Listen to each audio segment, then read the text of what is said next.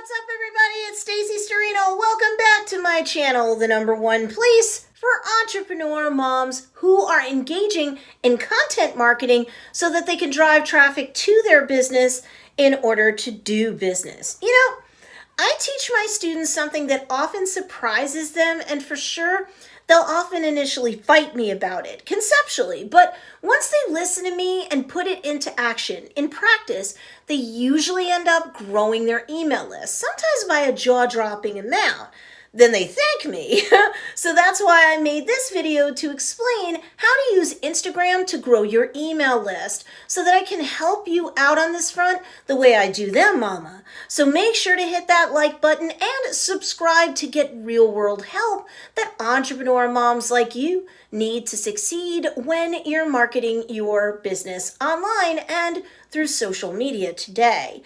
But do you know what's going to help you out a lot now that I think about it? You're watching my recent video, What Will Destroy Your Instagram Account, because if you're not careful, you'll be wasting your time on the platform at best and getting your account shut down at worst. So be sure when you're done watching this video that you check that other video out. Okay, let's get into it. Tip 1, repurpose that link in bio.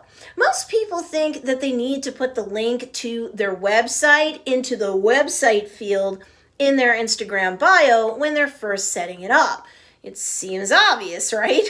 Wrong. I say that you want to put the link to your email opt-in form in that field instead, which you can totally do, and the more savvy and effective marketers do that on behalf of their businesses all the time on Instagram. Why do they do that? Because when people visit your bio and click on anything, you want it to be a situation where you're capturing the lead, meaning you're getting them to enter onto your email list in connection with what's often called a lead magnet or email opt-in bride. It could be a coupon, it could be a free PDF or tip sheet or checklist or something that your particular ideal customer would crave, that they would find useful. You just want to make sure that you've captured the lead that way, instead of sending them to your website where they could very well float around and then leave because something or someone else captured their attention, and you'll never know who they were or how to reach them to get them to come back to your website ever again. What a pity. Now, if you're like, but Stacey, that's ridiculous. I want to get sales, not a fatter email list, so I'd rather shovel them at my website. I'm going to tell you, most people don't buy from you unless they get to know, like, and trust you and your brand and its offerings more. So your theory won't work well unless somehow you're a big established brand, and even then, you'd want to capture leads.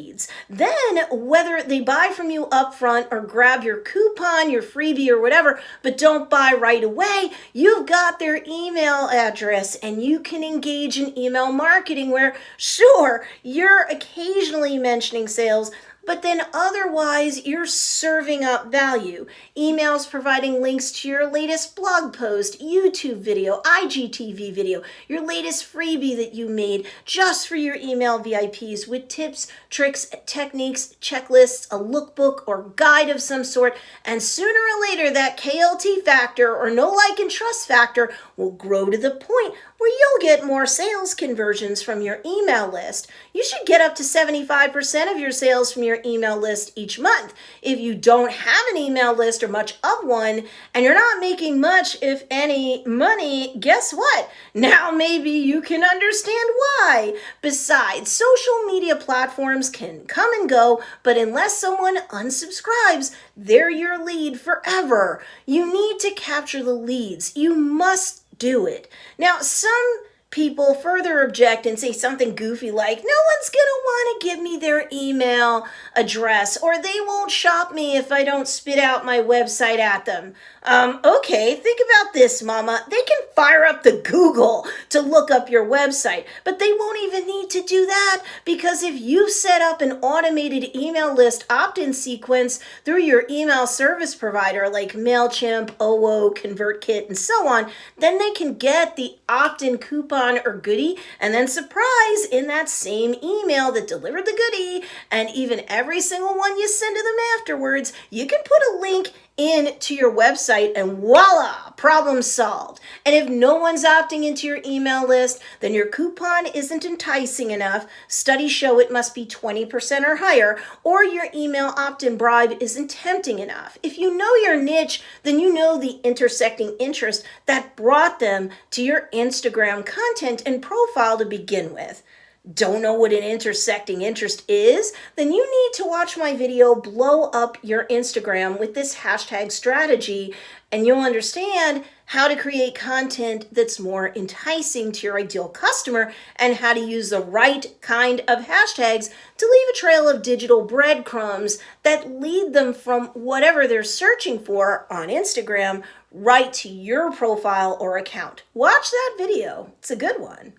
But then there's tip 2, CTA to save the day. Having the link in bio lead to your email opt-in form instead of your website is a step in the right direction. And some folks will see a piece of your Instagram content and be all impressed, go to your bio, and voila, you have a macro conversion in the bag. They opted into your email list. Sooner or later, if you play your cards right, you'll get a sale. But the next step is to use an acronym that I just don't see enough Instagram creators avail themselves of, and that's the CTA, or call to action. You can create a truckload of Instagram content and presume that people will visit your bio and click on the link that's there. And some definitely will, but most won't. Statistically speaking, most won't. They need a CTA to remind them to visit the link in bio in order to get whatever it is that you're giving away or offering to them. People are busy. They have the attention spans of goldfish. You can't presume anything other than the fact that if you don't ask, you won't get. And when I say you won't get, I definitely mean conversions on Instagram. Your Instagram feed posts should definitely contain the CTA to visit the link in bio to get whatever it is you're offering. Your live streams should include you reminding your live viewing audience or your replay viewers to visit the link in bio. Your IGTV videos should encourage that. A piece of real content can remind people in 15 seconds to visit the link in bio to get that goodie you're offering. And hey, maybe once a day you create a piece of Instagram story content that reminds the viewing audience that there's a goodie to be had for free. Every piece of Instagram content that you create and publish should have a call to action. And many times it should be for people to visit the link in bio to get something that would serve them, something that they would value. Then you may find your conversions in terms of email opt-ins over time increase. And as you engage in effective email marketing, you may find that your conversions in terms of scoring sales increase too, mama. And then there's tip 3, stack the opt-in value.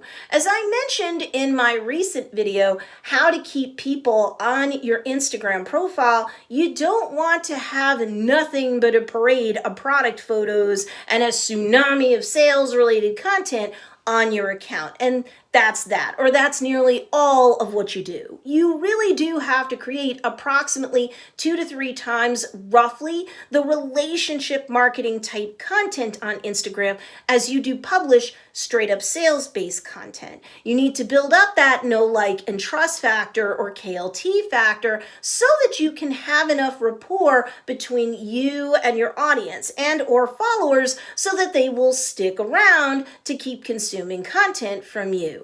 And sooner or later, the KLT factor should be high enough that opting into your email list is something that they really do want to do. But if you're finding that simply a coupon by itself isn't doing the trick, and again, it's for a savings of 20% off or more, or most people won't care to opt in, but if you're finding that a coupon alone isn't moving the masses, then maybe offer both a coupon and a freebie too. Like if you're selling a coaching package and offering a coupon to save money off a package or bundle, you could offer a free ebook or mini course so people can get some quick wins up front and see that you're the real deal. And when they're done, they can save while doing business with you.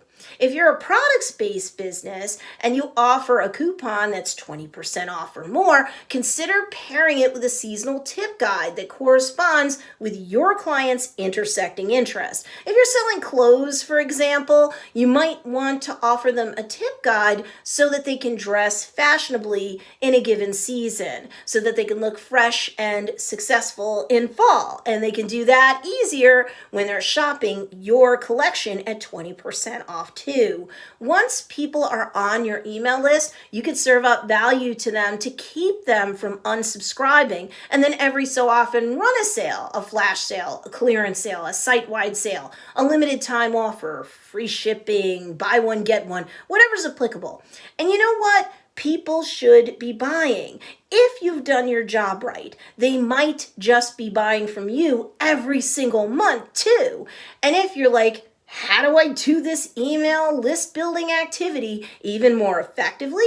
I'd say through content marketing, mama. And if you're like, how can I do this as a super busy entrepreneur mom? My life's crazy. I'm going to say you want to stay tuned for the next video in this series, which is how to create more content on Instagram. Make sure you subscribe to my channel, hit that notification bell, and select all so that you can follow along with this entire Instagram series that I've got to offer you. Be sure to check out these two awesome videos too, because they'll teach you great content marketing strategies that can help to blow up your business. And of course, thanks for watching this video, and I'll see you in the next one.